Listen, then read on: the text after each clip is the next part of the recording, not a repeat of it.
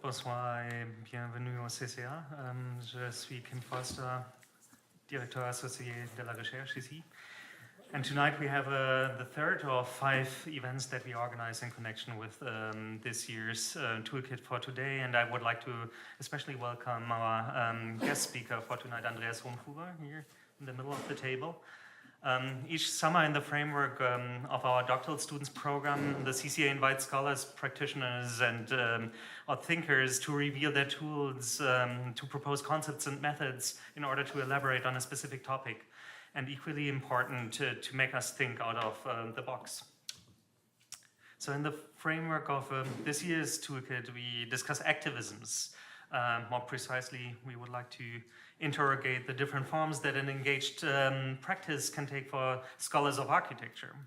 And we ask what motivates research?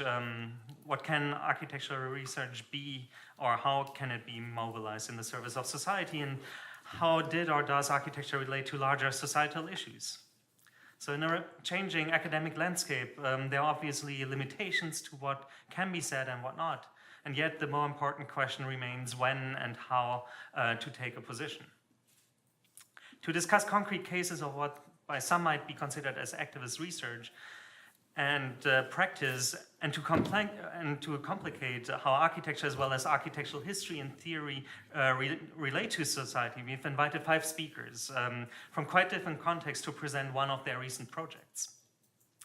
So in 5 public presentations at nighttime, our guests put up for discussion how, through their work, they analyze and interpret the social production of space, attempt to decolonialize architectural education, propose to apply strategies to rethink housing and labor, as in the case of Andreas Rumpfhuber tonight, create platforms to implement gender parity, and problematize racial politics in architecture history.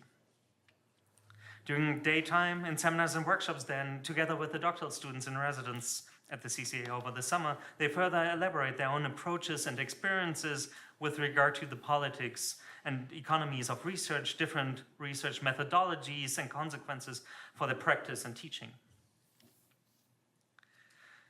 Activisms have been a constant concern of the CCA over the past years, most explicitly with certain exhibitions, publications, and research projects.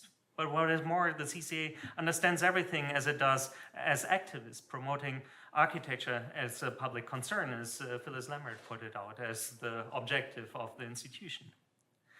In this sense, exhibitions such as Actions, What Can Be Done, or What You Can Do with the City in 2008, featured common activities such as walking, playing, recycling, and gardening to push against accepted norms of behaviors in cities, sometimes even challenging legal limitations. And then The Other Architect in 2015 presented alternative, often collaborative practices to develop architecture as a field of energetic, critical, and radical research, addressing the urgent issues of our time. Another thematic focus of the CCA that takes position is the environmental debate. And while the exhibition Sorry Out of Gas in 2007 captured architectural innovation spurred by the 1973 oil crisis, it's all happening so fast, in 2016 offered a counter-history of the modern Canadian environment, challenging basic assumptions about the country's relationship to nature by focusing on environmental disasters since World War II and reactions against it. The multidisciplinary collaborative research project Architecture and for the Environment then that we currently run explores the tensions between architectural evidence and historiographic narratives by proposing alternative curricula or by writing heritage petitions. Activisms in terms of research, thus, as we argue with this toolkit, can take quite different and complex forms encompassing different types of social, cultural, and political action and agency, given that the once existing binary structure of establishment versus counterculture, system versus movement, above versus below, power versus subversion is no longer valid. With recent developments of neoliberalism and an accelerated individualism and consumerism, previous societal achievements, for example, critical theory, diversity politics, or multiculturalism programs in our post-colonial, post-political, and one could add post-critical or even post-historical times tend to have become compromised, if not co-opted and corrupted. So Andreas Rumpfhuber tonight will present on rethinking public housing. Andreas is an architect and a theorist from Vienna, where he runs the office Expanded Design. His dissertation, which focused on the subject of the office landscape as the architecture of immaterial labor, he received from Goldsmith College in London, where he studied in the research architecture program. His research projects include the EU-funded SCEBE Scarcity and Creativity in the Built Environment project. His office programmatically stands for an architectural practice that explores these issues. The focus is on new forms of work and labor, or more precisely on spaces of working and living influenced by the cybernetic model. He has been a professor at the Muthesius University of Applied Sciences in Kiel for space and design strategies, and at the State Academy of Fine Arts in Stuttgart, Germany, for public spaces and buildings and urban design. Andreas is author of books such as Modeling Vienna, Real Fictions in Social Housing in 2015, and Wunschmaschine Wohnanlage, which is here on the table, in 2016, a research project, the title of which he translates into Desiring Machine Housing Estate. In his talk tonight, he will be introducing aspects of this project with regard to the changing labor paradigm since the end of World War II, as well as a brief history of Vienna's public housing, in order to be able to discuss the complications of housing and labor being changed in the post-war years. So this week we had already two presentations. On Monday, Tatjana Schneider presented on problematizing social engagement, and yesterday, Pelin Tan on decolonializing architecture education. Since we are filming these events and propose to put them up on our website, you might want to see them if you have missed them. And there will be two further events this week. Tomorrow, Thorsten Lange will present on implementing gender parity, and Charles Davis on Friday night then, as a close of this program, on building Black Utopia and racing architectural history. After the presentation of Andreas, we invite everybody to join in the discussion, but to kick this off, we have asked the participants of the Toolkit to prepare some questions. So the first is responses by them, but there's also time for Q&A. And Lev Bratishenko, Curator of Public here at the CCA, will moderate the discussion. So please join me now in welcoming tonight's speaker, Andreas Rumpfhuber.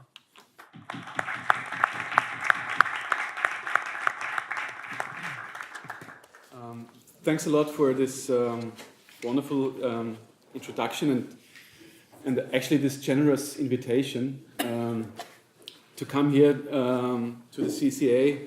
Of course, I've been knowing the CCA from afar for a long time in my research, especially my PhD research, where I looked into Cedric Price's Fun Palace, amongst others. And being here, I'm utterly amazed about such an institution, what can be done here and how it has been done. In a way, for me, it's an emancipated institution. And speaking about emancipation is also, I think, I'm very grateful that this travel was made possible because I'm a single dad, and this fantastic childcare that CCA is providing is kind of let me travel here and lecture tonight, and also having the seminar the other day. Kim asked me today to speak about my Wunschmaschine project, the Desiring Machine Housing Estate project, a project that I worked on in between 2015 and 2016 with a very small stipend, actually, by the municipality of Vienna, but the stipend itself has some sort of visibility. And so I had the chance also to publish the book, which is over there somewhere. And this project is for me in many ways a significant project. And I think the most important thing here is that it signifies the transition from over 10 years of researching and writing. The let's call it pure academic research, maybe, I don't know, and becoming again a practicing architect, something that I had to, since I was in the situation being alone with my then 3-year-old, realizing that the academic precarious life with all its the imperative of being very flexible all the time, moving here and there, won't fit with taking care of a kid. So there was this decision to become a practicing architect again, because I did that before. The stipend did give me a chance to speculate about something that I was researching on before. So the project itself brings together many aspects that I was looking into within these 10 years. So there are aspects of my labor research in there. There's aspects of my historical research on Vienna housing in there, but also about the scarcity and discourses like austerity and what that has an effect on the city. Wunschmaschine Wohnanlage literally translates into desiring machine housing estates. So the title directly refers to a concept by Gilles Deleuze and Félix Guattari, the desiring machine from Anti-Oedipus, that later on in the 1,000 Plateaus gets then called Werdensweisen in German, this concept of becoming. So the aim was really to try to think of a kind of housing that actually would emancipate its inhabitants and not to govern them from above, which is especially in Vienna quite common. So I structured my presentation into 3 parts. First, I want to introduce how I conceive of housing, how I understand it in quite general terms. I think it's always kind of difficult. I think we saw it already on Monday, to speak about housing in general terms, because there are so many contextual, site-specific or local frames that kind of define what can be done and what is being able. So the first part is quite general, and maybe it's something that we can generalize and speak about, or can agree on or disagree on a global basis. The second part will be a brief introduction into the Vienna context. And the final part is I will then briefly speak about the project itself. So how do I understand housing? And this perspective is certainly informed by my research about a changing labor paradigm. Before I got interested into housing at all, I was occupied with architecture of immaterial labor, everything that happened right after the Second World War. Again, my perspective is very European. Yeah? So I focused on this shift, like the introduction of cybernetics into labor processes, using a concept by an Italian philosopher, Mario Tronti, and then the operaist movement to frame my PhD or my research. So my perspective onto housing, so to speak, comes out of that research that I was kind of occupied, and still I am occupied with labor and labor conditions and forms of production still in the city.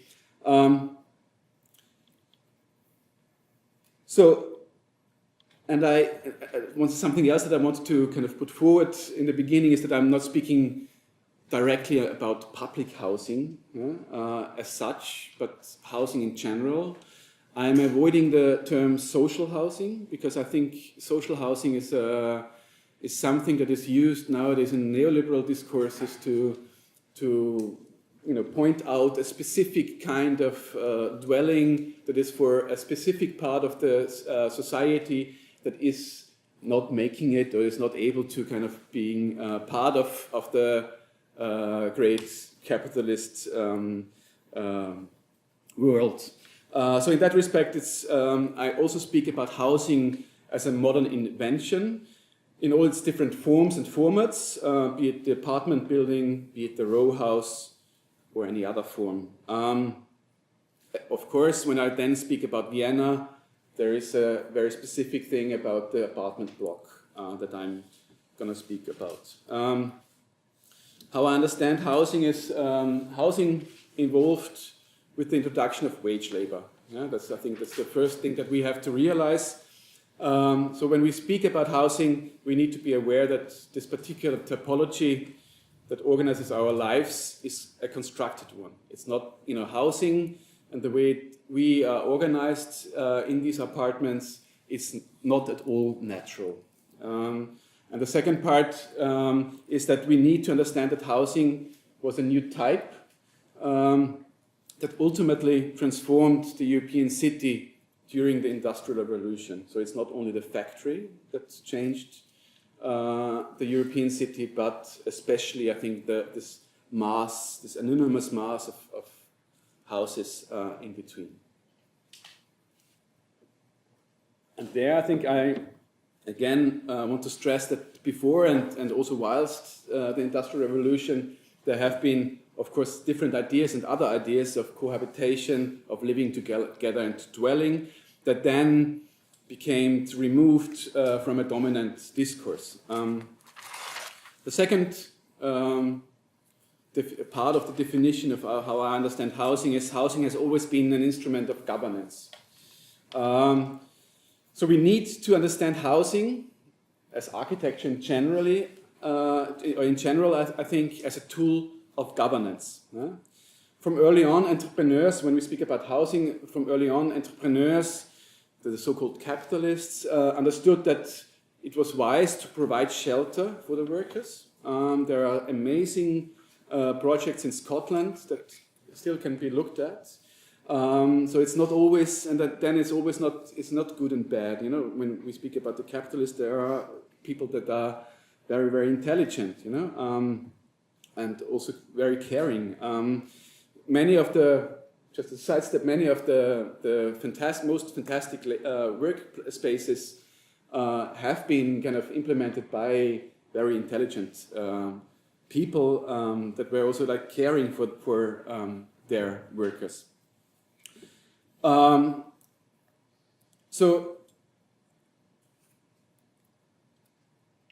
So it's not, housing is not only this caring or this providing shelter. It was, of course, not only to be able to that the workers reproduce in order to become fit again in the next shift, but also to pass. It's also, when we speak about governance, it's also about to pacify the workers and their families so that they have what they need for living. And this did not change until today, I think. I argue that the means of this pacification would change and alter over time. And of course, when I speak about that, again, I speak about, let's say, when you speak about Europe, both sides of the Iron Curtain. It also includes socialist and communist regimes to use housing not only as an emancipatory. Sometimes you find examples that I consider to be emancipatory in a specific moment in time, but still housing was used as a tool of governance and is still used as such. And the third point I want to make here is housing has always been inside of capitalist logic. So despite the grand narrative in European architecture about modernist engagement in housing, you all know Weissenhofsiedlung, or of course also read Vienna, etc. Housing was always already part of a commodification of life, the city and the society. Here, of course, we could then refer to Engels and his seminal text, The Housing Question. But we don't do that here because the time is not allowing that. So I'd say even though Marx and classic political economy would place reproduction outside of the capitalist system or the capitalist sphere, I think especially the last 50 years have shown that it only was a blind spot, or rather, you could also say for the last 50 years, a new frontier within the Western societies that waited to be conquered.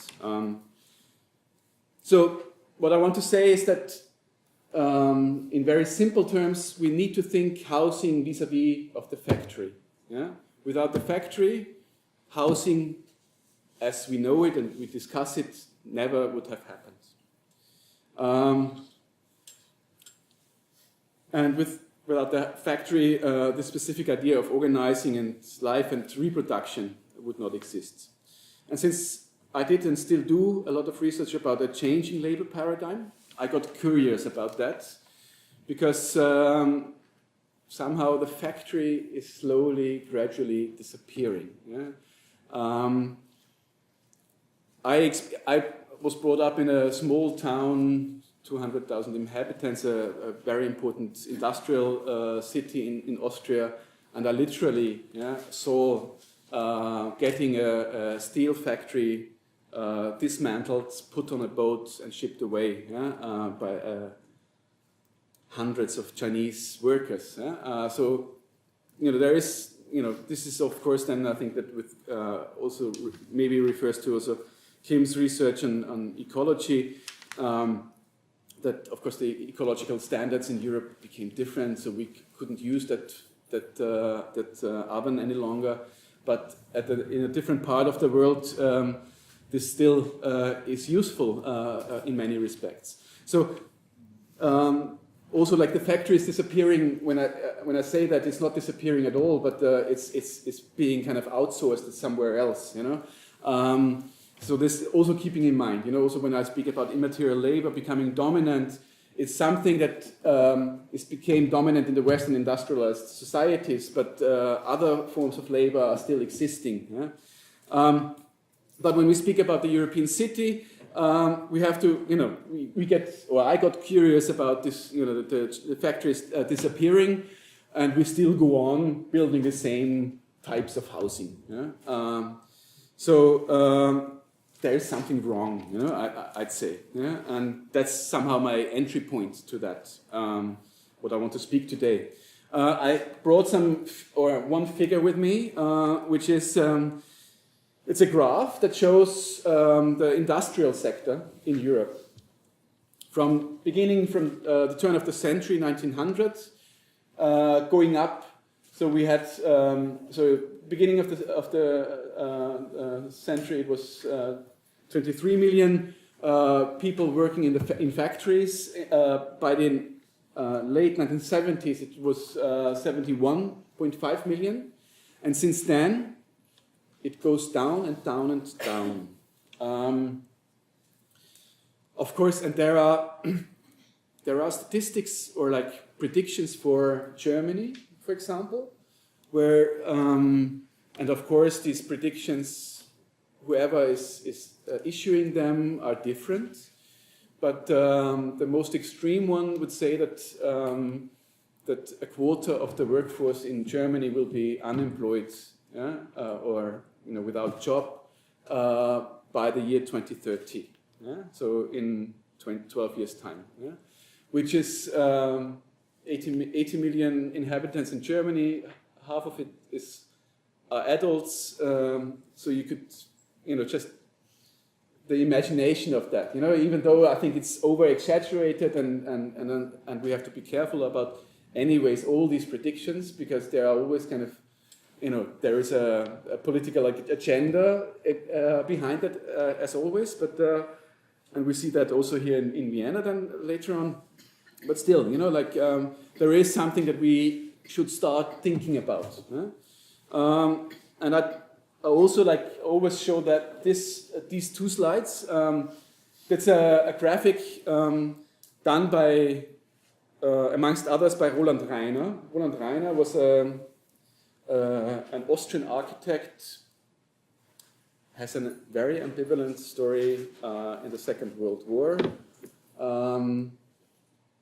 Today, we know he was an active Nazi, but for a long time, Roland Rainer, or I think Roland Reiner he was the urban design director of the municipality of Vienna from 1970 to 1980, and he coined many of the projects, or all the projects that I going to speak about later on in the Wunschmaschine project.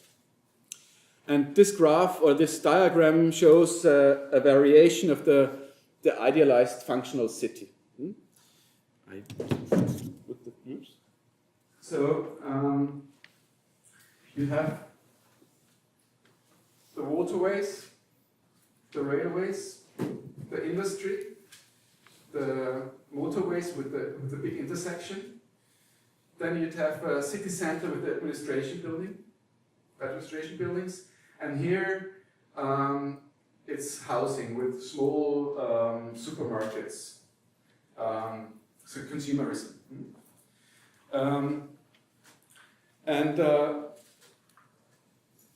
So when I speak about the reorganization of the city in Europe over the last 50 years, I just erase some parts of the diagram. So the waterways are no longer used. The railway infrastructure in Europe is better than, I guess, better than here in Canada.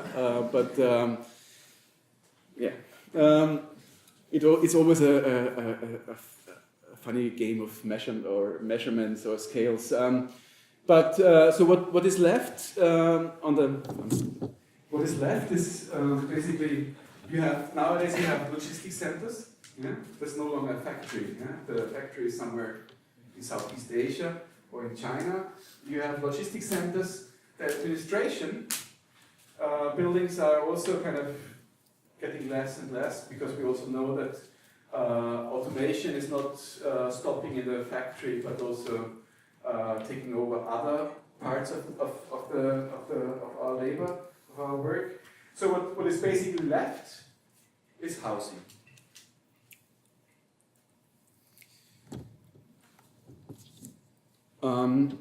So housing is left to produce and think of the city in Europe at least.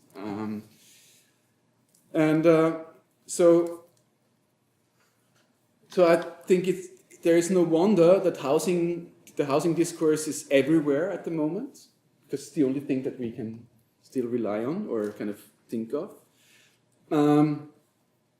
Housing is the only thing left to build a city or spaces of cohabitation.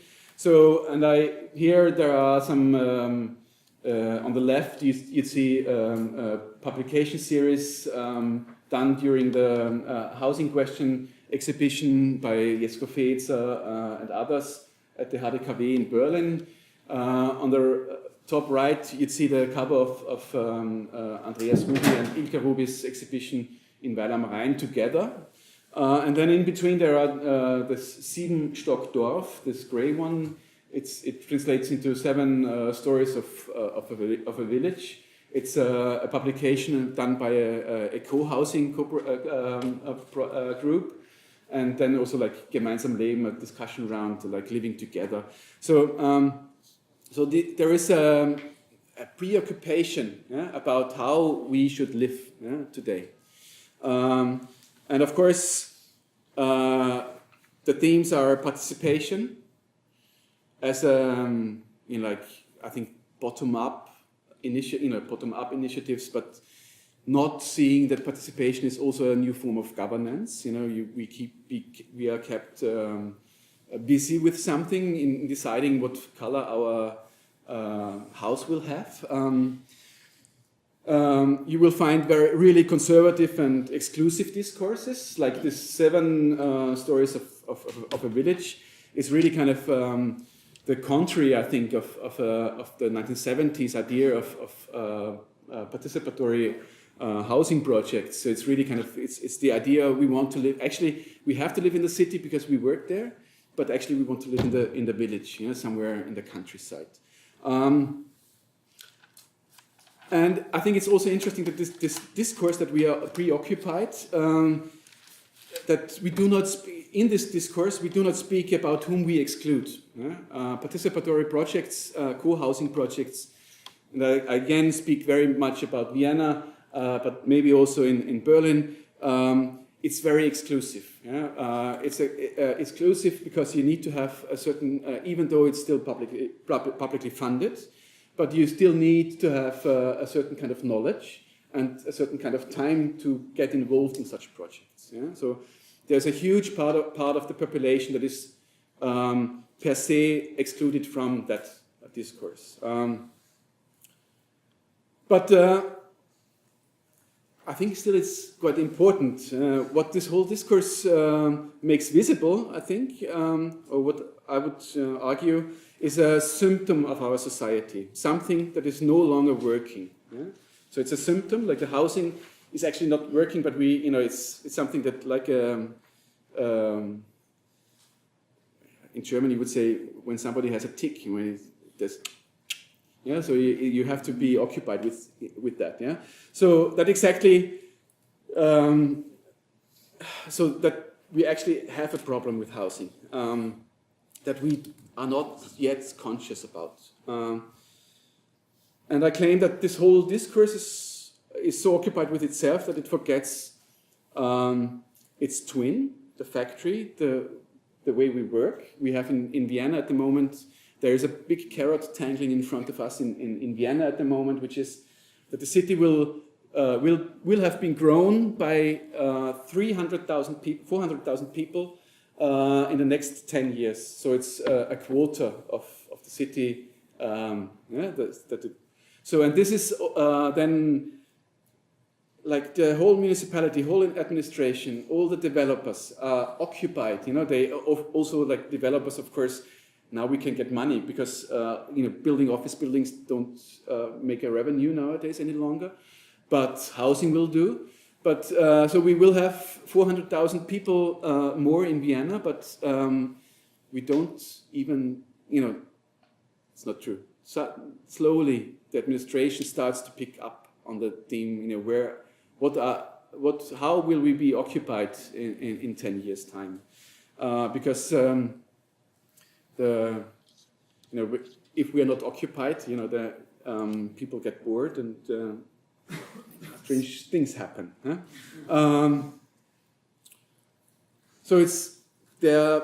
So this whole discourse about forgets about its twin, the factory, or work in general. So and then another thing, maybe a little sidestep or a narrative of Vienna. So it's also about, like, we had a very I guess you have images of Vienna and this Blockrand, like this block buildings, like Barcelona maybe, and the street level story was always kind of filled with small shops and these things, and they of course die a lot. Nowadays it's mostly garages for cars that are put in there. So we suddenly have streets that get very, very unfriendly, let's put it like this. And then since Vienna is growing, there's a lot of housing production at the moment, and then we always speak about this street level, what to do there. And each and every competition comes up with a cafe and a supermarket, of course. And so as if the economy will work when we sit all in the cafes and drink cappuccino. Or like the creative industry, like this. I don't know how this discourse is here but in Vienna it's sometimes gross. It's like the creative industry is like as if we can cut our hair, and make a living out of that. So there is something to tackle, I'd say. Yet, and at the same time, I think housing is an important hinge, to start doing this, a start of departure. Departure of what? A departure to rethink housing, and departure to maybe rethink a different way of cohabitation in our cities. That I, of course, have not a solution, but I have a direction. Let's put it like this. I put this slide here because something else happened and this slowly, gradually brings me to Vienna. something happened in the post-war years with architecture, with the introduction of cybernetics and automation, the idea of or the utopia of leisure society. There are three things that I think are crucial for architecture, one, and housing. The first on the left is the most pictured house or photographed house in Vienna. It's not the castle in Schönbrunn, but it's the Hundertwasserhaus. It's a project that Hundertwasser, in Austria famous artist,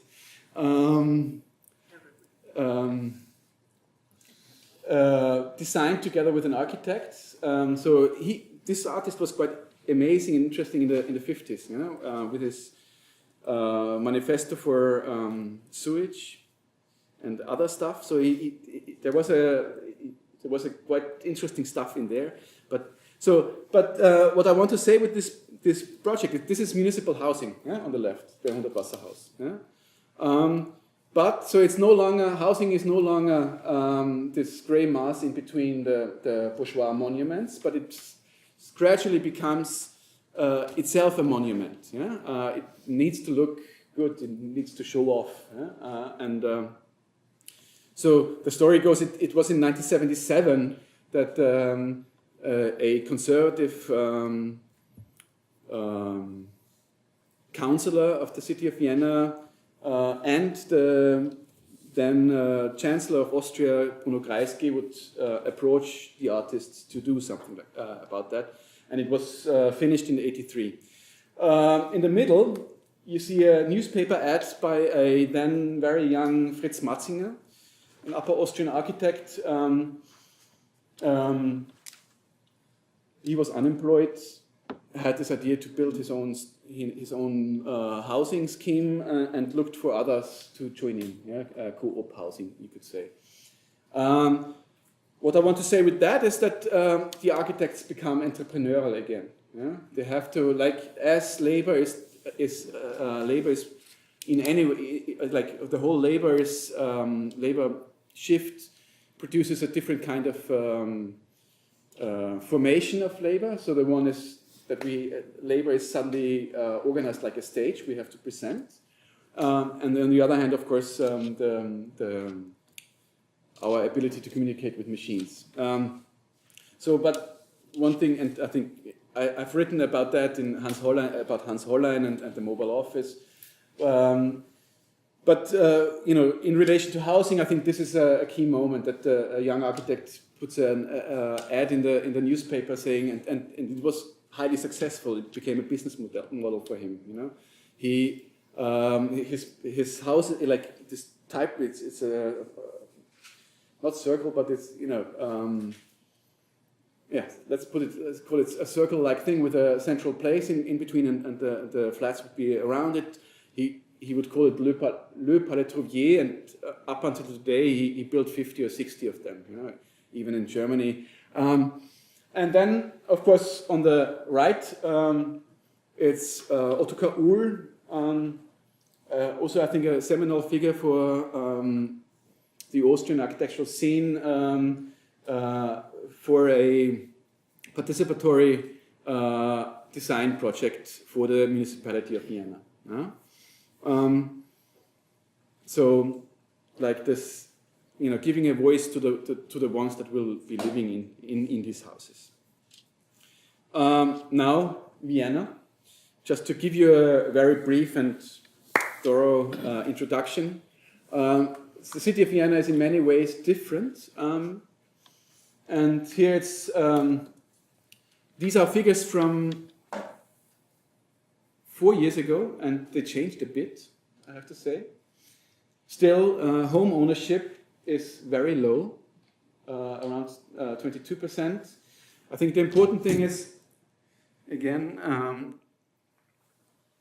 that we have municipal housing, public housing that is still owned by the city by 27%. It's going down at the moment. Like in the last 4 or 5 years, private investors pushed so much into the market that this is also going down. We have 21%, which is public-private partnership. It's publicly funded housing that normally non-for-profit corporations would erect and develop together with architects. I come to that in a minute. And then you have 30% private rent. So you'd have around 50% of the housing market is controlled or indirectly controlled by the city of Vienna. And I think this is very, very important because with that you can then also influence the private markets. We have this funny situation that the publicly funded housing looks better than the private funded housing.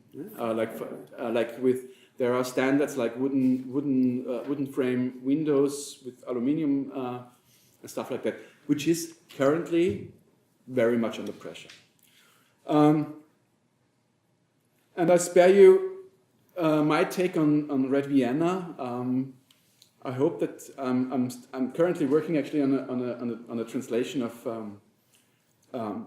Vienna Rossa by Manfredo Tafuri. Yeah, the translation is here, but we haven't got the rights. It's in English and in German, but it's I think because Vienna Rossa has only been from Italian to French and to Spanish. I think the Spanish-speaking community, or Italian-speaking, French-speaking community knows Red Vienna from that, but then there is also Yves Blau and her project.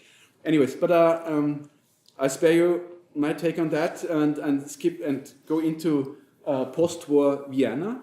So these are these estates that I then looked at, like it's a prefab housing, Montagebau, and I will come back to that in a minute. The Wunschmaschine project is actually about these estates. This is Karl Auberg, a fantastic architect, 1970. So these are things that span from the mid-50s to the end of the 70s, then changing a bit in what it is. And then I think this is the last municipal housing in Vienna that was finished in 2004. And so Vienna had to stop producing housing for itself because of European Union directive for the free market, like European Union economic policy is of course very, very much influenced by the parties that are ruling the European Parliament. So there was in '93 there was the Lisbon Agreement, and which the idea was to make Europe fit for the new economy at that time. And one policy was to sell everything that the public body has. Vienna was kind of resilient to that.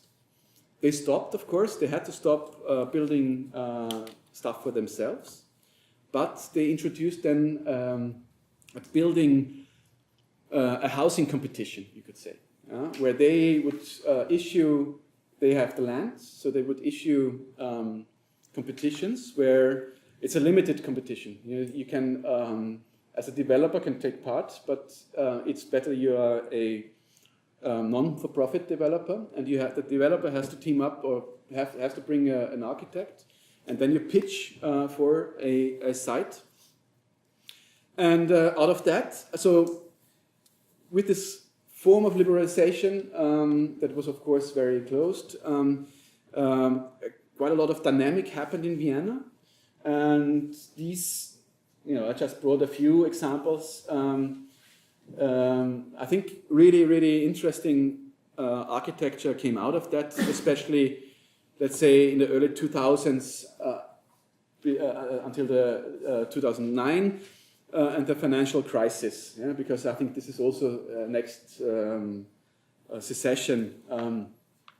in Vienna's housing project. So there's on the left it's Artek, again an Artek project, and Rüdiger Leiner, Bruderska Popelka on the left bottom, and Adolf Krischanitz on the right.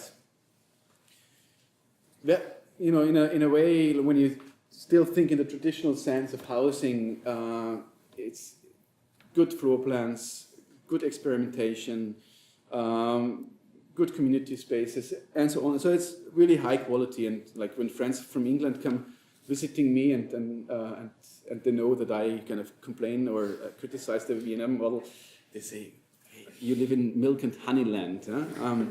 And I guess for outsiders, it might look like that. You know? Nonetheless, I think that there are tendencies that of liberalization, of making it cheaper and so on and so forth, and making it producing housing faster. That of course, like, and then pushing out the architects. That there is a tendency to destroy that thing, you know. And I still hope that we should that there is a way out of destroying something that is good before we can do something else. Somebody's not agree, yeah. But still there's this hope that I'm having. This map shows all the municipal housing in Vienna. So it's, again, I normally stand when I do lectures, so here's just to get you an idea. So this is the inner city with the Stephansdom in the middle. Up here, that's Karl Marx Road, and then you have many other projects. But Karl Marx Road is, I think, the most known. This 1 mile long Art Deco building, how the tourist agency is calling it. This, like in relation to the Wilhelminian city expansion of the late 18th century, I think important here is, I think with Yves Blau and many others, we always think of Vienna and municipal housing in Vienna as the super blocks, but it's not. It's a very, very pragmatic infill strategy from the very beginning. It was always starting, and I think here you see it that municipal housing is not only spread over the whole city. So it's not one part of the city that then social housing and specific people live, but it's really everywhere. And it was for a long time. Municipal housing was also famous for its inhabitants. So you'd have a member of parliament living next to a butcher, next to an unemployed or whatever. This is also gradually, the last 10, 20 years, pushing away. There are newspapers then, because still one very famous member of parliament is living in a municipal housing, and he's one of the guys who is always making transparent some scandals. So some people don't like him a lot, and so he was then publicly addressed that he's living in a municipal housing, and that's not possible for a member of parliament, because that's for the ones that are needy. And now I jump into, I guess you know or have a little bit of a picture of Vienna, and now I jump into the Wunschmaschine and the project that I was proposing in 2015-16 to the city. The city of Vienna owns 46 large-scale housing units, estates. So they were built between 1950 and 1980. Each of them has more than 1,000 units. It varies, but the smallest that I was looking at had 1,000 units. Here you have an overview of them in the city fabric. they are when you go there after like many are there for 50 years now. It's amazing, and it's a really amazing. Like, of course, you have to think about this prefab housing and the seriality of that, but at the same time, the landscaping and the quality of the spaces there is, and even I think that the quality of the apartments itself are good, you know. So here I brought a picture of how life was imagined in the early 60s in these estates. Of course, only women looking after their kids. Because this is, you know, still the functional city, because the daddies had to go to the factory and somewhere else. Okay, I have to. There are also other perspectives or like illustrations where men are in the picture. Here and now there comes a series of statistics and analysis, and so I hope you stay with me.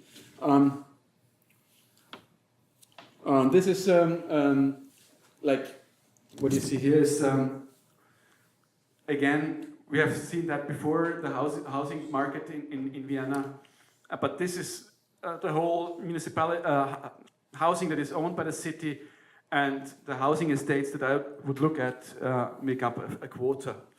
And I guess, how long am I allowed to speak? 40 minutes? Sure. Then I have to... yeah, okay. And then you'd have... it's really amazing, yeah, that this, all these 46 housing estates are built in the same way or manner.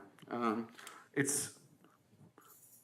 In Germany, you would say Punkthäuser, so point houses, like, and then they would this type, and then this would be reproduced again and again and again, up to 12, 15 stories high.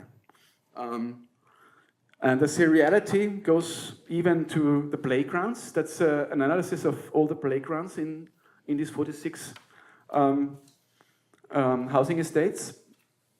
So there is, and this over a time span of 30 years, it basically did not change. You know, of course, there are changes. Also, the prefab system evolved, so you could suddenly do something else. And sometimes I even I'm involved at the moment in doing a project for this, not for the city, but taking part in one of these competitions for 700 units together with other with two other established architectural firms. I'm the clown in the team.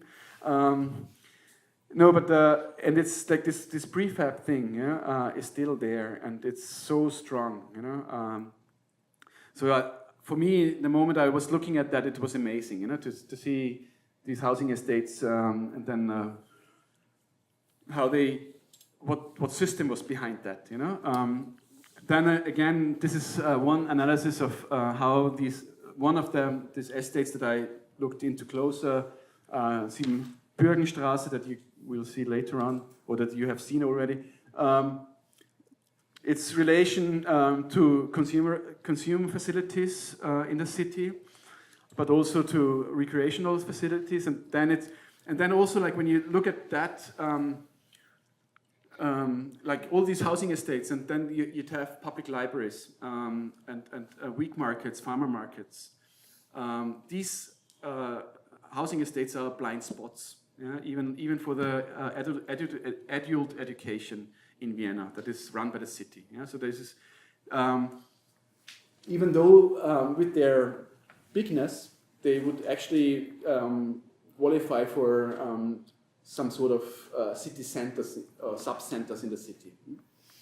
And here, another statistic about housing versus spaces for labor. So you'd have in all these 46 housing estates, you'd have 2.5% spaces dedicated for, of course, then doctors, Then sometimes you have small grocery stores, and then very rarely you'd have workshops as well. But also quite interesting, no community spaces. And then I think the most amazing feature of these housing estates are their low density compared with a fantastic landscape. I never found out who did that, but it was obviously someone from the municipality. And polemically, I always refer to these housing estates as Club Med. You know Club Med? This without animation. Yeah? Because in when you walk through them in summertime, you really feel you be in the Mediterranean, in one of these villages, but again without the animation. So it's really kind of the separation. Yeah? So this landscape, no matter how beautiful it is, and of course, like the trees over 50 years grew a lot, and then also what kind of trees and which part, you know? So it's really kind of sometimes it's just astonishing and beautiful. But of course, then again, since it's owned by the city, there is also there's an ambivalent relationship from the inhabitants to that landscape, because you look out of the window and think, well, this is my lawn, yeah? Or my bush or my tree. But then it's not, you know, because it's administered from above. The city of Vienna, has a huge budget for cutting the lawn and all these things. At the same time, then you have inhabitants that are bored or that want to have community, but they are not. So there is. I have to tell this story. There is about this relationship of this landscape, but also to the administration administering all this housing. So we have the biggest housing administration in the world, I think, in Vienna, because it's I don't know how many thousand units Vienna is administering. So there is this old citizen, woman or man, we don't know, who stands in summertime on his balcony, and next, like 50 meters away, there is a park bench where some younger citizens have a chat, maybe drink a beer, maybe even smoke illegal stuff, we don't know, but they have fun. And this elderly citizen calls the administration, complaining about the noise outside the window. And instead of that, the administration is taking this elderly citizen serious, telling her or him, okay, we hear you want to have company. That's what you need. You need someone to talk to, to have fun with. Instead of doing that, what they do is they come the next day and cut down the park bench. Cut down the what? They cut down the park bench. The bench where the people were sitting. The stupid thing, though, is that the next morning, this old elderly citizen with his he's not good or she is not good, so she or he has to walk with this apparatus to the supermarket, which is not 50 meters away, but 500 meters away. So it's a long distance for him or her. But the park bench has disappeared where he could sit. So that's the attitude of the Viennese administration in handling conflicts. And there I jump in, of course. So the project is about these 46 large-scale housing estates. And I think there are 4 paragraphs that I'm putting forward. And the first paragraph is the non-profit housing and labor cooperative. This claim is something that is quite outrageous because it's I'm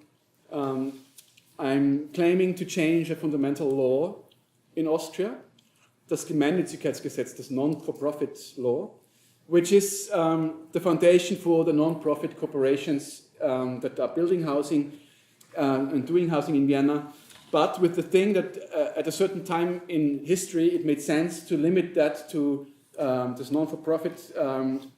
They have tax refunds and all these things just to do housing. Yeah? So it's limited. So actually a non-for-profit housing developer is not able to produce spaces for production because that's not part of his business, by law. So I'm putting that forward that we actually need to rethink this law, including maybe labor. And again, this is something that it's not like when we speak about non-for-profit corporations, Genossenschaften, it's not like in Switzerland. In Switzerland, I think half of the party here could join and get together and say we're gonna do a Genossenschaft now. In Austria, you need to have 1 million euros to start. Yeah? It's like opening a bank. Yeah? It's quite a difficult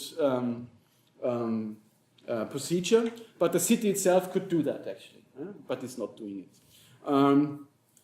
And I say that this is also, in global terms, it's quite good to have a capital in background, to be stable. So what is seen during when we speak about housing production is seen as a deficit. We can also turn it upside down, saying, well, but such a corporation funded by the city could become actually a positive thing, because it's big, it can incorporate things, it can do many things. So this this corporation, non-for-profit corporation Genossenschaft, as a platform where all the inhabitants that are living there and new ones could join, and then if we start thinking of building something in there, which I come to later on, so people from in the existing structures could then move into in new structures because they may be accessible and so on and so forth, and then these apartments in the old ones could be used for young families, for example, and so on. That's also like a big problem in housing in general, especially in Austria. So that you, as a young family, you move into 80 square meter flat. Then maybe the parents separate after 5 years. There's a good statistics about that.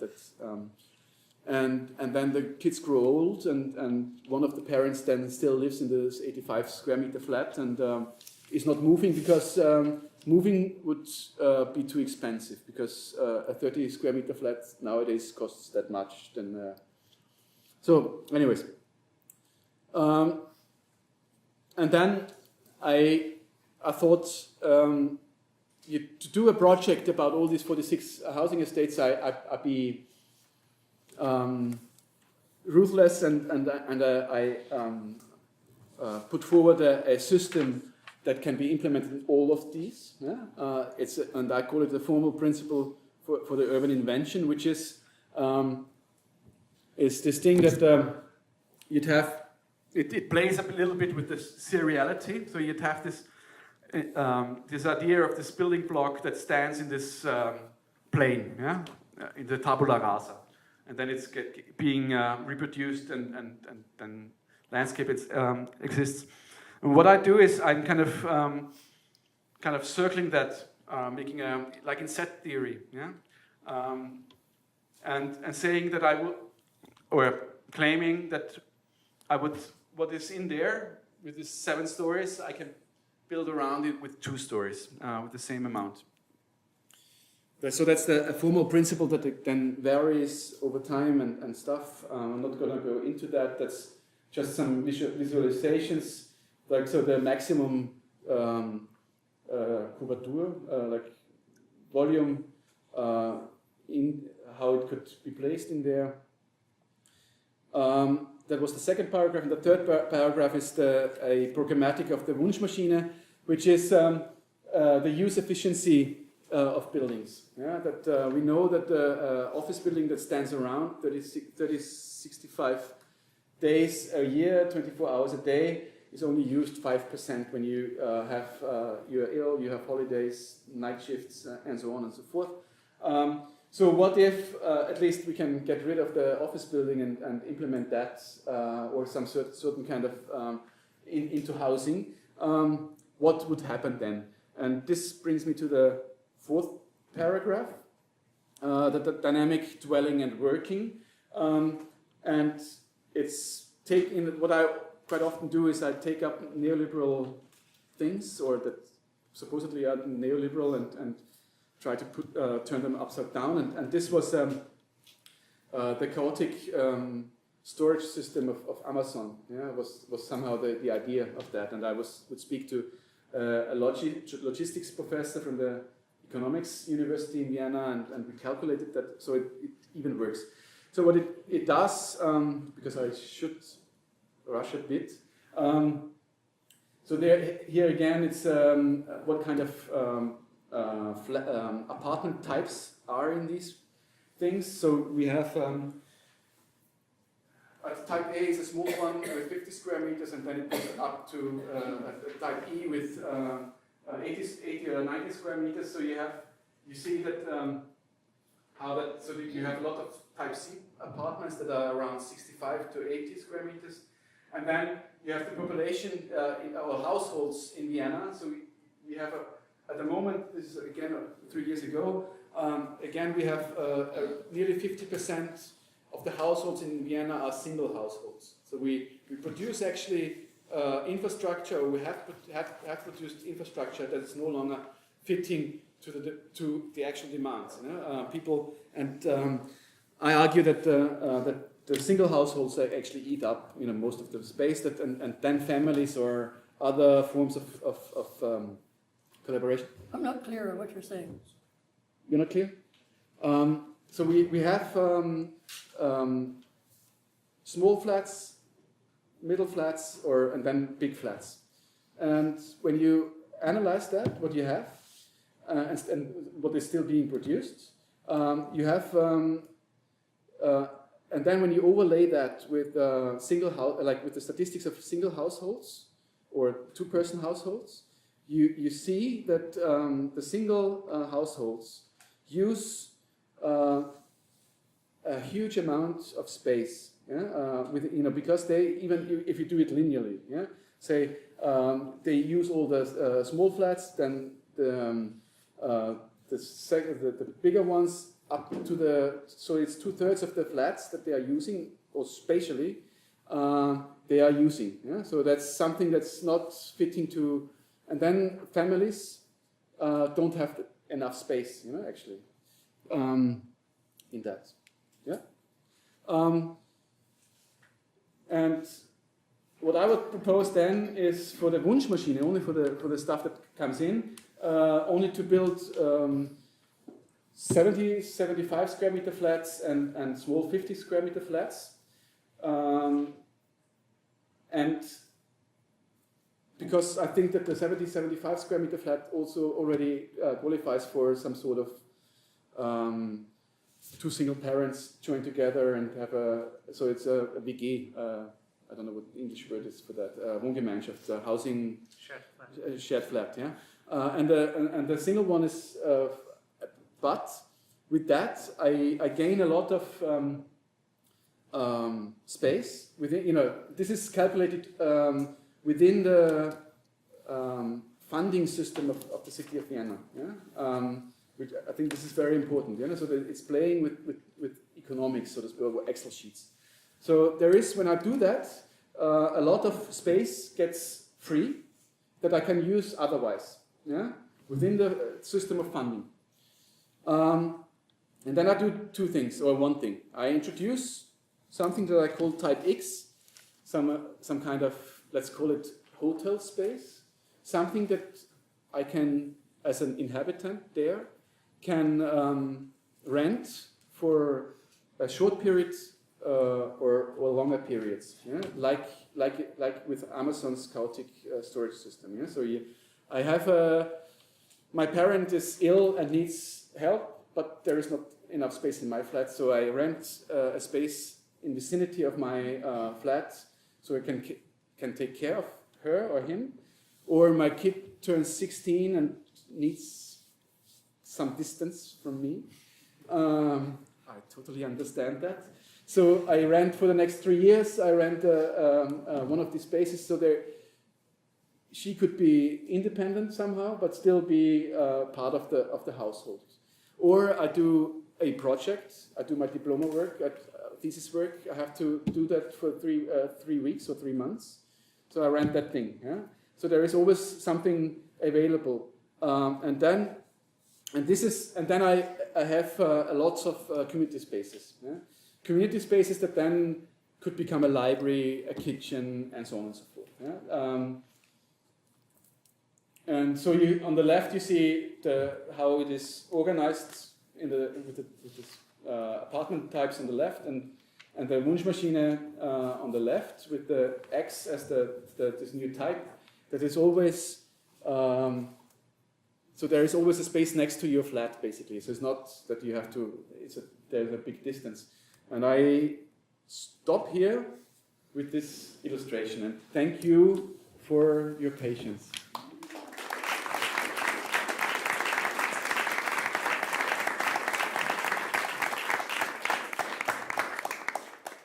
Thanks, Andreas, for thinking through with us through your Wunschmaschine. I think it's powerful to reduce it to labor and housing, and at the same time tackle the urban problems of the 21st century. I would have liked to hear, of course, more the ecological argument, that of obsolescence, that you also tackle in the book on scarcity, in that essay with the other co-authors, because I think there's something to it. But that is a proposal for the discussion. We first start with the responses. Any of the PhD students feel particularly agitated? No, not you. I have a clarification. Yeah.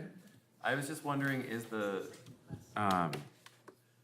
what is the concept about ownership in this? Are you assuming that everyone here is an owner? Or So that's this Genossenschaft. This one, just a moment. You're a member of a corporation, like not corporate, cooperative. Thanks a lot. Sorry for that. So you have the cooperative is. I propose that they are leasing it, pachten, to lease it from the city for 100 years and to develop this. And these Genossenschaften work like this, that you, even today, like I live in one of these housing units, you, depending on the amount of space that you have, you pay a membership fee, so to speak, that you, when you move out or you decide no longer to be part of that group, you get back minus 1% per year. So it's badly invested money, you could say, but at the same time it's quite good investment money because so there is, in that sense, it's a membership thing, you could say, or so there's no ownership. Still, the municipality would own the land. Does this? That's interesting. So, but you'd say that there is an intentional resistance to what I think you earlier identified as a trend towards private ownership, correct? In Vienna, when you were presenting the kind of proportion of different types of housing in the city. There's a trend, but this trend is introduced by the outside, I'd say. It's a discourse that comes in. That, of course, also quite a lot of my friends, well off as academics and artists and whatever, that they think they have to buy. And that there was still 10 years ago, I think it was still okay to buy, maybe. Like not to have the bank is owning it still, you know, with all my friends. So there is a discourse promoting ownership, but actually we are all used in Vienna to rent. But is that like a not-for-profit cooperative housing, where a group of you own, the building, the ground, that is, and you have your various spaces, and but you pay rent. Yeah, we pay rent. Yeah. So we don't own the land. We don't. That's the non-for-profit cooperative is owning that and administering it, and we are members and paying rent. Yeah. So Yes, exactly. Okay. I just think it's interesting because there's a history of architectural experimentation, especially in the 60s and 70s, and in the 70s at the moment when, say, the right and conservative governments are pushing, especially in places like Britain, the idea of a society of, a democracy of property ownership in a way, through housing, in a sense, which ultimately results in the selling off of housing. But just before that moment, you have figures like John Haybraken talking about fundamentally rethinking the kind of conditions of ownership, and that you don't own infrastructure, you might not even own land, but you own the thing that you actually make, which is the kind of infill of housing, which is the walls. And so you see many examples of this at that moment. So I'm actually trying to kind of maybe think beyond the specificity of Vienna, let's say, at this moment, and understand it in a wider context. So I'm wondering if that's something you also have in mind, these kinds of larger questions. I think, of course, that there are, especially like 60s, 70s discourse in architecture, I think are fundamental for me, and because there are lots of problems, yeah? When we speak about this. As a member, I can be very passive. You know, it's a welfare state system. Yeah? I vote for a politician, and the politician gives me what I want. Yeah? So that's how it works. And then I end up sitting alone in front of my television and watch refugees passing the border and get scared. And never seen one, yeah, in real life. So there is, I think that what this also says is that I think that participatory projects, yeah, no matter how much I criticize them to be exclusive or whatever, they are crucial, I think, yeah, to rethink architecture again, yeah, or housing. But the goal has to be that we need to generalize that, you know, or universalize that, for example. Yeah? How to invite others than the ones that know about that, you know, and have the time. How are we making that possible? Yeah?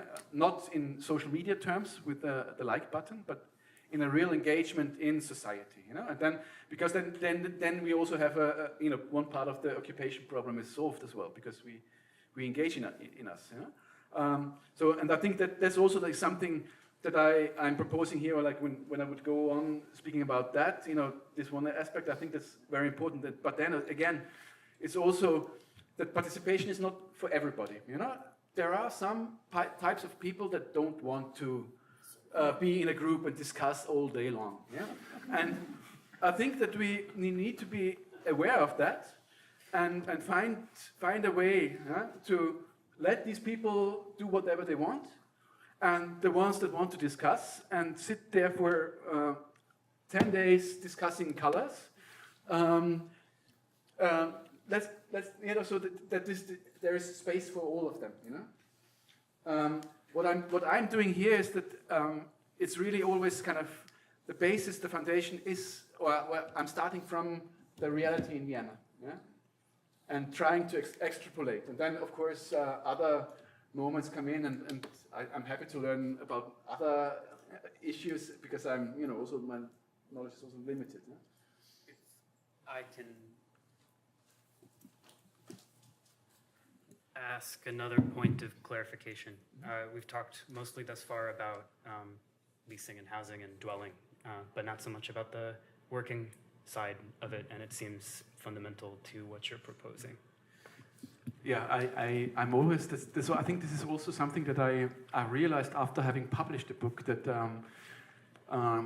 the labor part is always part of that, but this gradually disappears because housing sucks you up, you know, or like this discourse. I'm just have a look here on this slide, you know, on the right. Yeah, you have the circle, the set theory circle with the community spaces, the type X and the two types of apartments, and then there's a plus with a S with special typologies. Yeah. So in this project, and I would have where's the book? Is it somewhere around? So maybe I can hold it up. So there are special typologies within this structure that qualify for workshops and other daycare things, and there again I take up an old tradition in Austria that is about sharing infrastructure. So here it is. So there are these diagrams that, for example, a bakery kitchen could be used then during the like they only use that in the mornings, yeah? But then the school could come in and do educational programs there, and so on and so forth. What else? Or like a wooden workshop, or also like since these estates are huge, I'm also speaking about urban farming. Yeah, that could be possible there. So and really kind of that this is in a way ideally. I would think of this Genossenschaft as something that creates an own economy within the economy, yeah? Mm-hmm. By producing goods that they could be sold. There, I think this argument of having a big co-op is that that you then also can buy raw goods cheaper. Yeah? For example, that. You know, that was in place after the Second World War in Austria, that we had these co-ops that would buy stuff and then refine it and sell it on a cheap price. Yeah, so the idea would also to inject. You know, it's not that I'm dreaming. You know, I think it's impossible. Yeah? And we have to be realistic that the currency won't change that easy. Yeah, but that to inject and to make possible a different kind of economy for that group that lives in one of these estates, for example. How does that work economically? Who owns what? Who builds what? The city owns the land and the building, and but you rent and you pay back to the city. Is that the structure? Yeah, of course. The corporate needs to kind of pay back to the city what they like, not owning it but leasing it for 100 years. But then the co-op is still organized in a democratic way. Democratic way. Yes. You know? So there are people that are elected to be part of the board. So and I think and it worked when you look at the history of these co-ops, food co-ops in the after the Second World War. This worked fantastically. You know, they had a big scandal and then they were shut down. And where? Where in Austria? Okay. Yeah. And then how does the builder get paid? I didn't think that through to this last detail, but I maybe he would. Yeah. Okay. So these other things on the side, cooperative urban farming, a school, a bakery, these are meant to be the structural side of the factory in the housing factory combination. So to speak, yes. And maybe there's also something else that there are these type X, these hotel type rooms that you could then rent for a certain amount of time. also qualify, I argue, for work, for knowledge work, for example.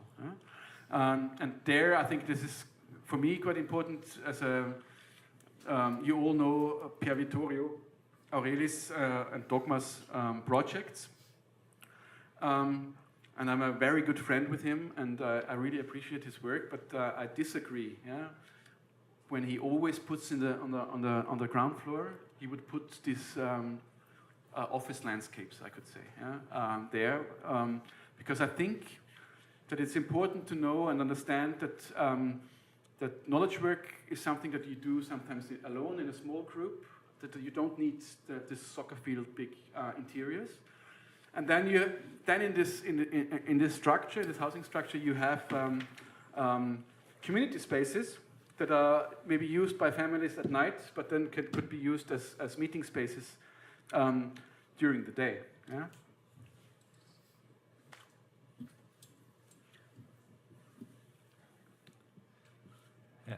I have a comment. It's if we put your talk, that was very clear in relation to the reading list that you gave us. I think there is a kind of oscillation. So you declare that housing is a site of the new subsumption of capital, because there is the last value that is there left in the European cities to soak. And then what you do, at least in Vienna, because it seems possible, you reclaim public housing, say public housing needs to remain strong. And what is particular is that you use the tools of what you seem to attack, to be dissident with, like cybernetics, datasheet architecture, and concepts that are borrowed from capitalistic way of organizing labor, like dynamic desk. You make a dynamic housing to finally extract this capital value, or maybe it's extracting public housing value. So I wonder, how do you feel in this oscillation between being a distanced intellectual and dissident, and an engaged architect who is finally proposing a very, very optimistic project? We are always schizophrenic, huh? No, but seriously, I think that first, I guess that the literature list, it was that I was asked to do a literature list for the seminar, and for those who were not taking part, it was Tikkun, a French anarchist writers collective, and there it was the Coming Insurrection, I think, and the cybernetic hypothesis. And if you know them, they are quite violent as well. That was actually my second choice. I wanted to what I also kind of pointed at in the seminar, to a different kind of literature about psychoanalysis. So the literature, I think it's fascinating, yeah, and I think it's also important, and I think this criticism, yeah, the research, yeah, is doing something with you, yeah, but it's not a criticism as an ideology, yeah, that I think that Tikkun is falling into the trap of, you know, no matter how beautiful they write. But there are, you know, this is like Uber or Airbnb. Yeah? It's the technology itself, you know, is fascinating itself. That, you know, like, imagine a world where it is not about profit making, and that there's a company behind it destroying another market. But thinking of that using spaces or our infrastructure that we built, you know, and concrete and all these things are, you know, really bad materials, you know, ecologically. Why can't we use that or intensify the use of our infrastructure by sharing, by bringing that together? But then when it's, you know, captured by a company, yeah, that explicitly wants to destroy a market, then it becomes bad. So I think that's this thinking and looking at things, you know, without a bias in the first place. I think it's very important, and I think there you also can then shift between And then, of course, like architects we are bound to our clients. This thing, it's very positive, but I did something that the now mayor of Vienna didn't want to hear, and so I got silenced, so to speak, in Vienna. No, but as an architect, you need to be affirmative. You can't go up to a client and say, well, fuck you, this is stupid what you want. So there's this ambivalence. I think that Rem Koolhaas beautifully already pointed out in the 90s, that while writing you can be critical, but then you also have to do something else, and then you have to push it, you have to, and you see these things, and then you only can fail, so to speak, with this high expectation that you might have or others have in the academic world, but you have to try. I think that's what I at least aim for. Does this answer your question? Yeah. It is a very constructivist profession, and I was wondering, you were quoting Tafuri and the work on Vienna Rosa. It's maybe even when you destroy, you're still part of this way to create society, so to reproduce it. And I was wondering, in your relationship, you mentioned Vittorio Aureli. For instance, his motto is Bartleby's motto from Melville. I prefer not to, which is maybe the only possible standpoint, intellectually rigorous standpoint, but finally, I prefer not to is also a way to disengage yourself, and so finally to allow things to collapse by themselves. Here I would totally disagree with Pier Vittorio and Zizek and others, because when you read Bartleby, you know how it ends. And I think that also Tikkun, with this idea of interruption, are somehow, they are more violent in doing that. But I think that this is not a possible standpoint, because we have to engage, because otherwise we get depressed, I'd say. So it might be intellect. I think it's an interesting figure that came up in the middle of the 2000s. In a specific context and discourse, but then for me it's not relevant any longer. So perhaps by way of a challenge and to go back to your project, if engagement is so significant and important. Why don't you speak into your mic?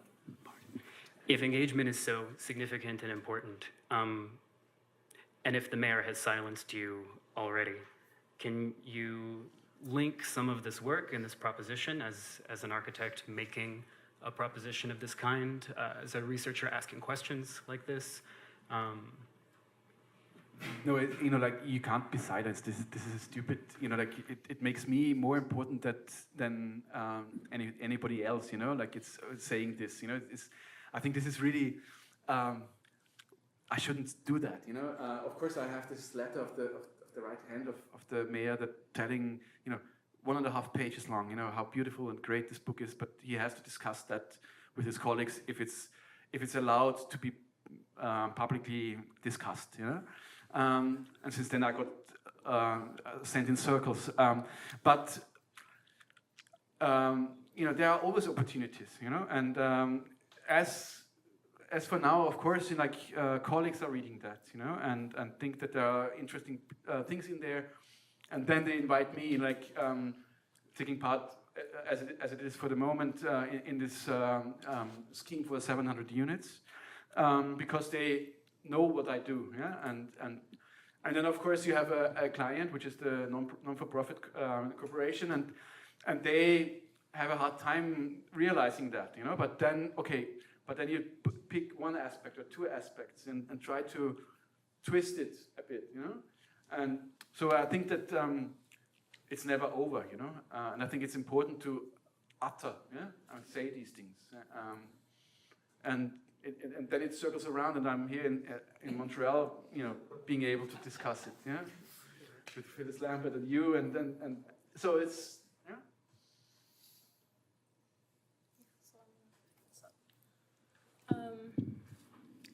So thank you for your talk. I think it grounded a lot of the text that we read and really, gave them some grounding. So I mean, we've kind of already touched on these points, but I was interested in your use of the word infrastructure to describe housing, right? It's that it's a passive infrastructure right now that needs to be a sort of a better reflection of reality and a collective infrastructure. And so, and of course, the Red Vienna came to mind right away, and I know you said you'd spare us your thoughts on it, but I would want to hear your thoughts because because when you say we need a sort of housing that mirrors our political and social reality, that was exactly right. It was a housing reform along socialist lines that that occurred under a dominant anti-socialist conservative government, right? So is it? I mean, maybe that's a simplification of it, but it would just, I guess, in your piece when you say we need a housing that reflects the reality, is it one that reflects the reality, or is it, as you showed, it seems to like be kind of a step ahead of that, thinking of the possibilities of what work and the meaning, like a redefinition of what productivity or like work could mean. So I think that's a clarification, and also would like to hear your thoughts on Red Vienna. So there are three things. There are three questions. Sure. The one is about infrastructure, the other is about Vienna housing Vienna, Red Vienna, and the one about this project, if it's ahead or actually really mirroring reality. I'd start with the Wunschmaschine. I think that it's certainly not ahead. You know, maybe ahead in the sense that you know, I claim that this can be implemented right away on the spot. When we speak about the economy, the funding bodies and frameworks, and the juridical system. Yeah? But there's other stuff that, you know, the sales department of housing corporations tell me, okay, well, people want to have this, yeah? No matter how great your design partner from the corporation is, but the sales department at the end says, no, we want to have room, and so on and so forth. So there's a lot of still lots of work and engagement to do. But in that sense, I think it's not ahead. I think it's my view that comes out of a certain kind of research that I'm pointing at and say, well, you know, when we go on doing these apartments that we do, we're gonna have a problem in the future. There might be other ways. Of course, there are other ways to tackle that. You know, maybe I'm totally wrong as well. You know, but I believe in that. So infrastructure. Okay.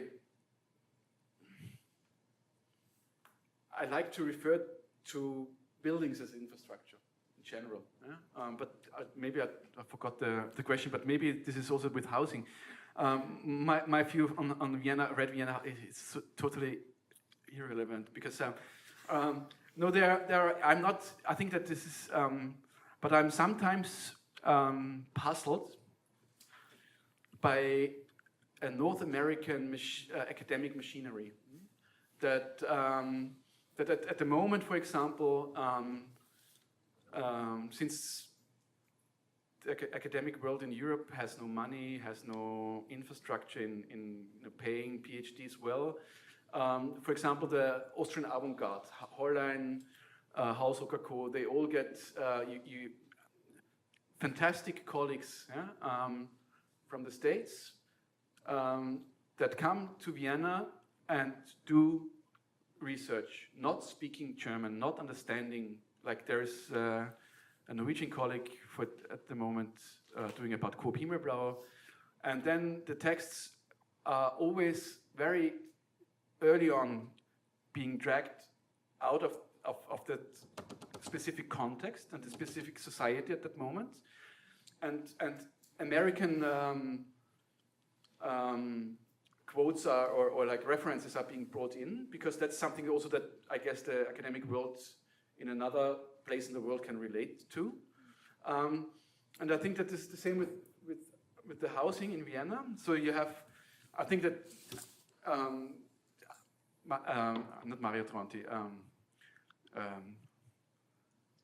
Manfredo Tafuri, thank you, has also a very, very twisted way of looking at Vienna. Yeah? This helps, yeah? Also, like, I think that Yves Blau's analysis is beautiful and wonderful, but it also lacks things that are important for me, looking at what we're facing today. And there, I think it's that Vienna housing.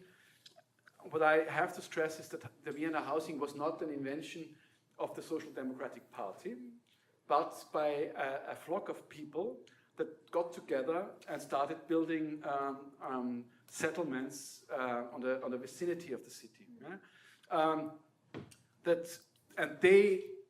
And they were seen at the beginning of that movement, the settlement movement. They were seen as conservative. You know, so the Social Democrats hated them. You know, because in a certain kind of or specific way of discussing socialism, the worker should not do gardening, yeah, because there's someone else doing that, you know. So they were not accepted at all in the beginning. Then with Otto Neurath and others, of course, Loos and Margarete Schütte-Lihotzky, helping these, or like also, you know, understanding that there is something happening that they have to also kind of push. The Social Democrats at the end accepted them, you know, and of course parts of the settlement movement people were organized in the party, yeah? But then there was very understandable, in many ways, a pragmatic move towards the apartment building, away from these little settlements with the gardens and stuff like that, you know, because of the metro infrastructure in Vienna, because of big inner city sites. Of course, then also symbolic, like the Karl Marx Hof was built really like in front of the bourgeois villas, you know, like it's this social democratic sign in the face of the bourgeoisie, yeah, you could say. It was also like that there. Have you been to Vienna? Or Karl Marx Hof, when you come up out of the tube, you pass by a huge door, and then you need to know that right up the hill there was the biggest stadium of Europe at that time, yeah? and which was the stadium of a football club, not a workers' football club. You know, they played huge operas, some open-air operas there in summer and stuff like that.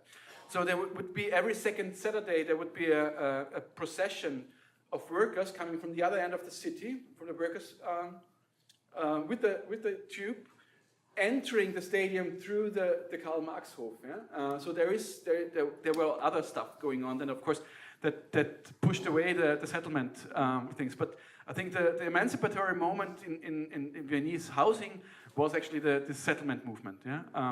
And then something else happened that, you know, it gradually became something else. Huh?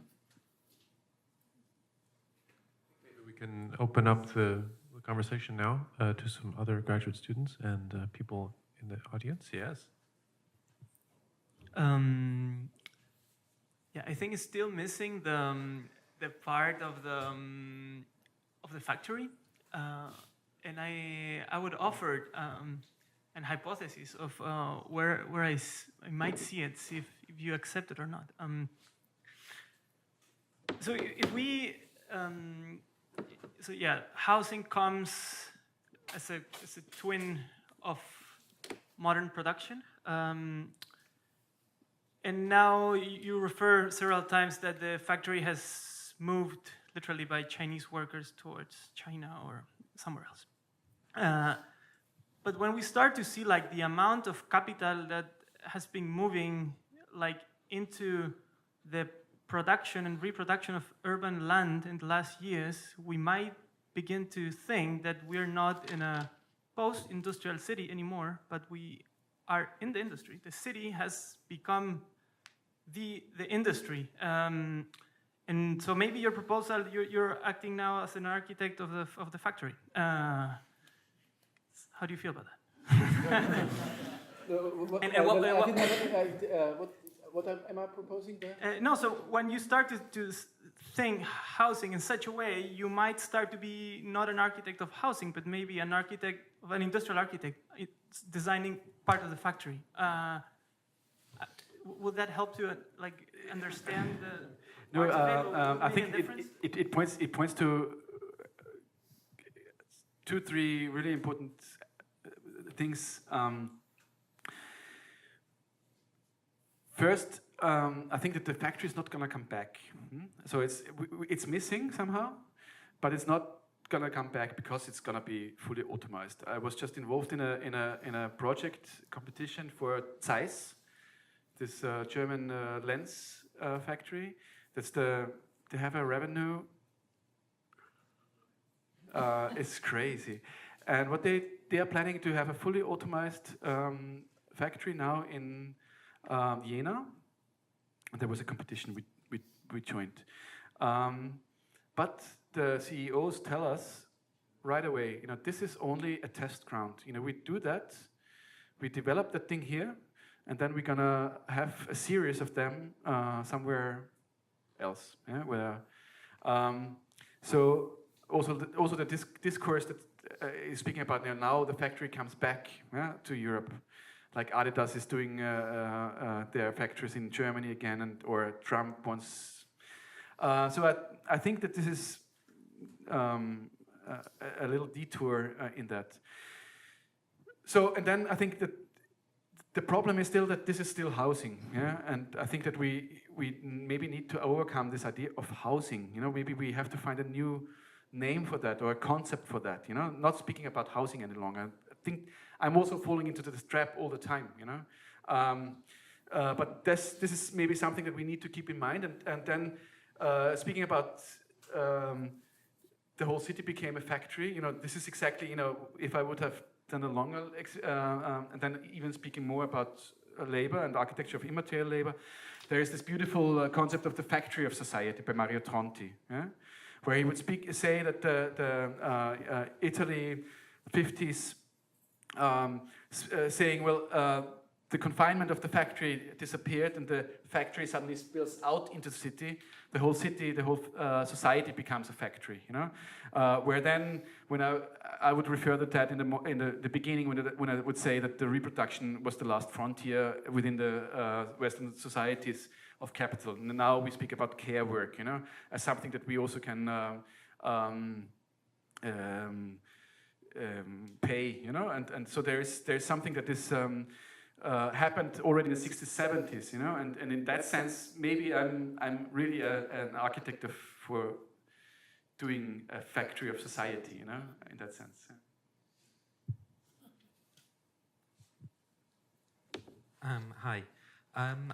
Obviously, your work is very specific to its context, and even there has come up against challenges. But I wanted to ask how it might apply to other contexts, perhaps more challenging contexts.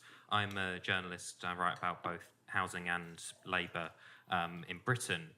And in London, there's been a series of schemes of densification of estates recently, and many more proposed for it, often met with understandable resistance from the residents of those estates. And it's been... sorry, one second. I made a note of some of this in relation to something you said.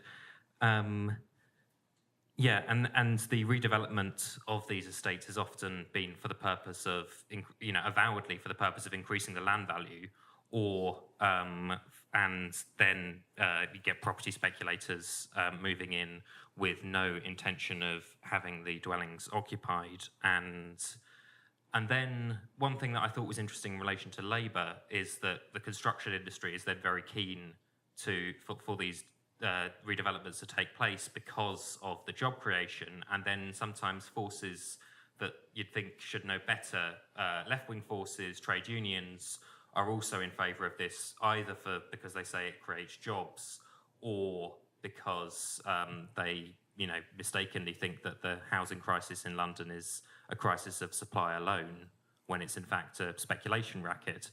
And I was wondering how some kind of move towards this kind of thing could both deal with the fact that densification is being used for these purposes and challenge that.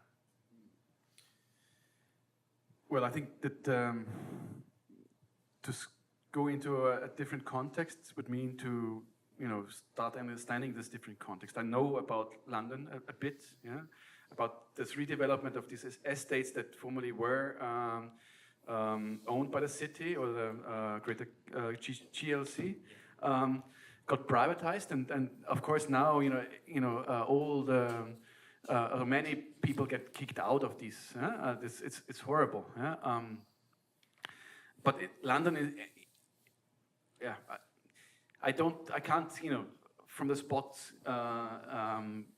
because I think that in London there are so many things happening that we in Vienna, or I in Vienna, cannot even think of. Like building infrastructure for Hong Kong Chinese investors that then are empty. So you have suddenly parts of the city being totally empty, or and stuff like that. So I don't know how to or have no response to that on the spot. Yeah.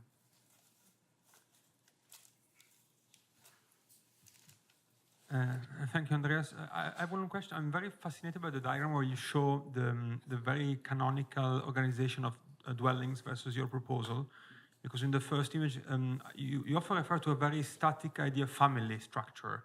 So I was wondering in your research how you dealt with the idea of family becoming something else, and the structure of affection, kinship, friendship being somehow activated in your design process, and how much then unpredictability can be injected in design. Because on that side of the diagram, it's a very clear idea of what a family should look like in terms of gender, in terms of roles, number of kids, etc., etc.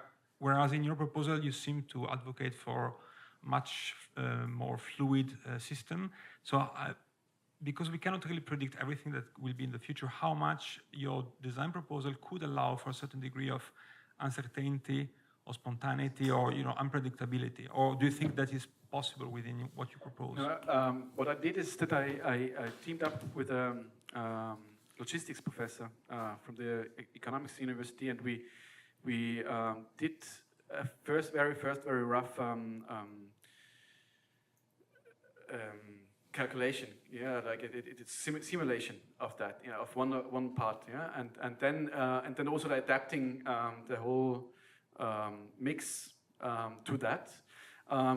Still, we applied for funding to do that in deeper or like in depth. So, and I think that on that abstract level at the moment, I think that of course I have to claim that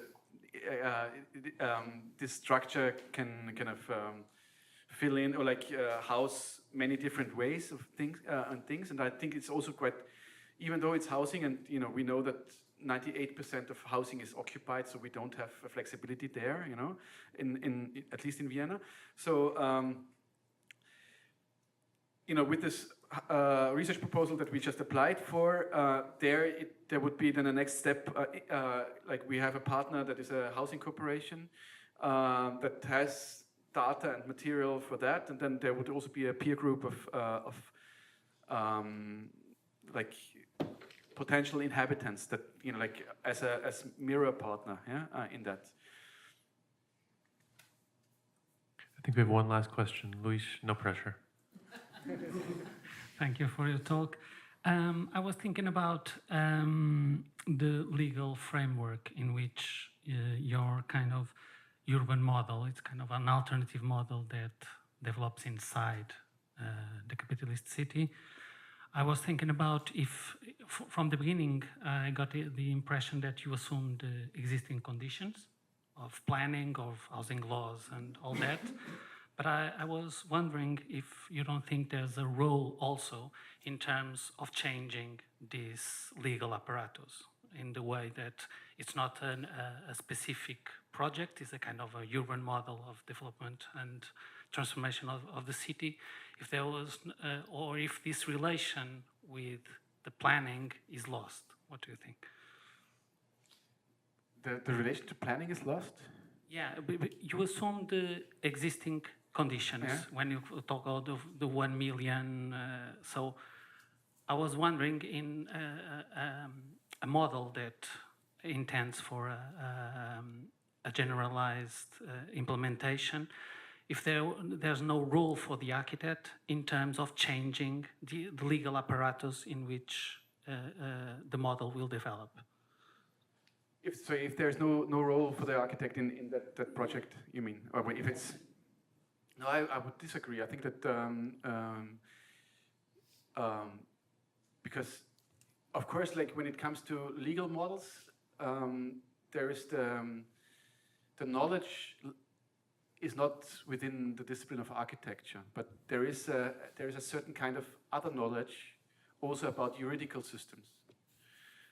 We know where things like with that, but I could, put others or point to other instances where even industrial standards don't make sense, but they are in place because the industry wants them.